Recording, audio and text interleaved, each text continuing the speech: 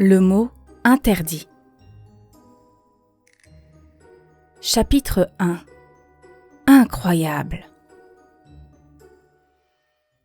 Cette histoire a commencé un mercredi après-midi. J'étais à la maison avec mon grand frère et je m'ennuyais.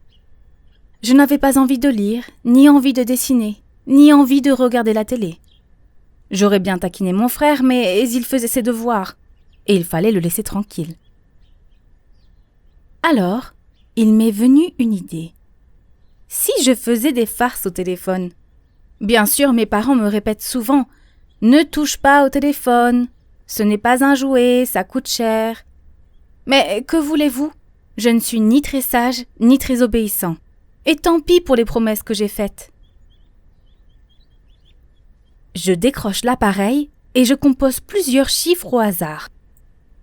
Un 4, pour commencer. Un 7, un 2, un 0, un 5, un 6, un 3 et encore un 6. Au bout d'un moment, j'entends une sonnerie. Et quelqu'un décroche. Allô? Ici la société Tout Gratis. Que puis-je pour votre service? Moi, j'ai décidé de me moquer de mon correspondant. Aussi, je réponds. Bonjour, je voudrais parler à monsieur Lagrenouille. Il n'y a pas de la grenouille chez nous. Dit la voix. Ici, c'est la société Tout Gratis. J'essaie de rester sérieux et je dis « Elle a un nom bizarre, votre société. » Absolument pas. Fait la voix. Nous nous appelons Tout Gratis car nous offrons à nos clients tout ce qu'ils veulent. Et gratuitement. C'est simple, n'est-ce pas? Là, je commence à me demander si la personne n'est pas, elle aussi, en train de se moquer de moi. Vous donnez tout gratuitement? C'est impossible, aucune société ne fait ça. La nôtre, si. Vous vous inscrivez? Moi? M'inscrire? Oui. Donnez-nous votre nom et aussitôt vous deviendrez un de nos clients. Vous pourrez nous commander tout ce que vous voulez, sauf de l'argent, bien sûr. Finalement, je suis ravie et j'accepte. Mon nom est Thierry Valetot. Très bien, Répond la voix. Maintenant, je dois vous faire connaître le seul règlement que vous devez suivre. Il est absolument interdit de commander des objets dont le nom se termine par le son « heure ». Tiens, c'est curieux ça. Et si je le fais quand même? La voix me répond d'un ton sinistre. Il y a deux possibilités. Ou vous rendez tous les objets qu'on vous a donnés, du premier jusqu'au dernier, ou bien vous êtes condamné à travailler tout le reste de votre vie sur la planète Tixar. Vous fabriquerez des objets dans nos usines. En entendant ça, je ne suis pas très rassurée. Mais je dis. Après tout, je n'aurai qu'à faire attention. Je peux faire ma première commande? Mais bien sûr, vous avez droit à une commande par jour. Je réfléchis une seconde et je m'écrie. Apportez-moi un camion en plastique. Alors il se produit quelque chose d'extraordinaire. Une fumée bleue se met à sortir du récepteur de mon téléphone. Puis elle prend la forme d'une bulle légère qui se pose sur le tapis. Enfin, elle disparaît en laissant la place à un magnifique camion jaune avec des roues noires. C'est tout à fait incroyable. Je me rapproche du téléphone pour demander « Dites-moi, comment vous faites ?» C'est un secret. Tous nos colis vous seront envoyés de cette manière. Et surtout, n'oubliez pas le règlement. Pas d'objet dont le nom se termine par « heure ».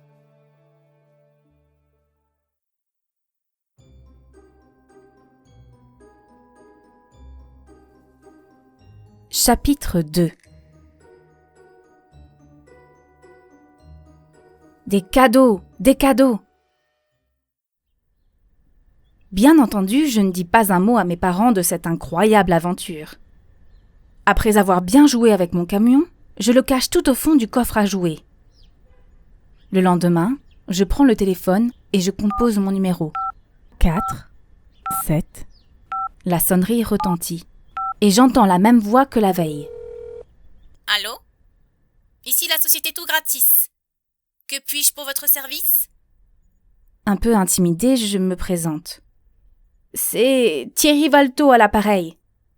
La voix a l'air enchantée. Bonjour, monsieur Valto. Vous téléphonez sans doute pour une nouvelle commande. Oui, c'est ça. Et que désirez-vous aujourd'hui? N'avez-vous pas envie d'un petit tracteur? J'ai failli dire oui. Mais d'un seul coup, je me rappelle ce fameux règlement. Pas de mots finissant par heure. Alors je dis d'une voix très polie. Merci beaucoup, je n'en veux pas. Vous préférez un petit ventilateur? Non, je veux un avion.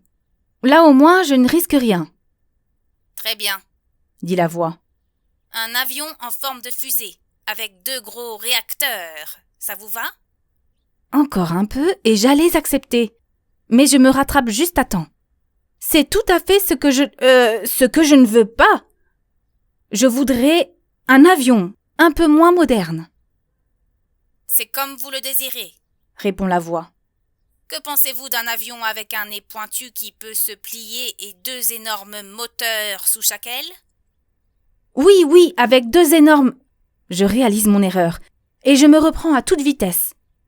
Non, je le veux avec 2 énormes hélices. Voilà, avec des hélices. La voix prend un ton rageur. Très bien. Voici votre commande. Et le miracle s'accomplit encore une fois. Une fumée bleue jaillit du récepteur et se pose sur le sol. Quelques secondes après, elle se transforme en un merveilleux avion, flambant neuf.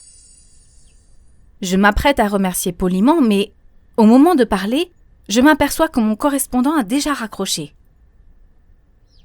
Tout en jouant avec mon nouveau cadeau, je me dis « Méfiance ». La voix a cherché à me faire prononcer un de ces satanés mots qui se terminent par « heure ». Il faut que je sois très, très prudent.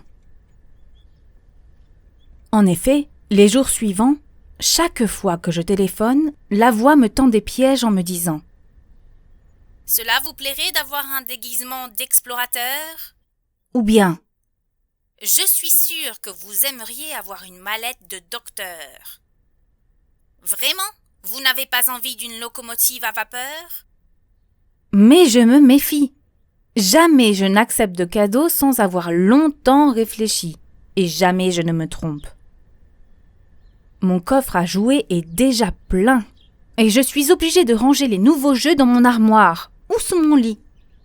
Ça ne m'empêche pas de téléphoner tous les jours, pour redemander quelque chose d'autre. Après tout, pourquoi s'en priver, puisque c'est gratuit? Et c'est si amusant. Enfin, c'était amusant avant.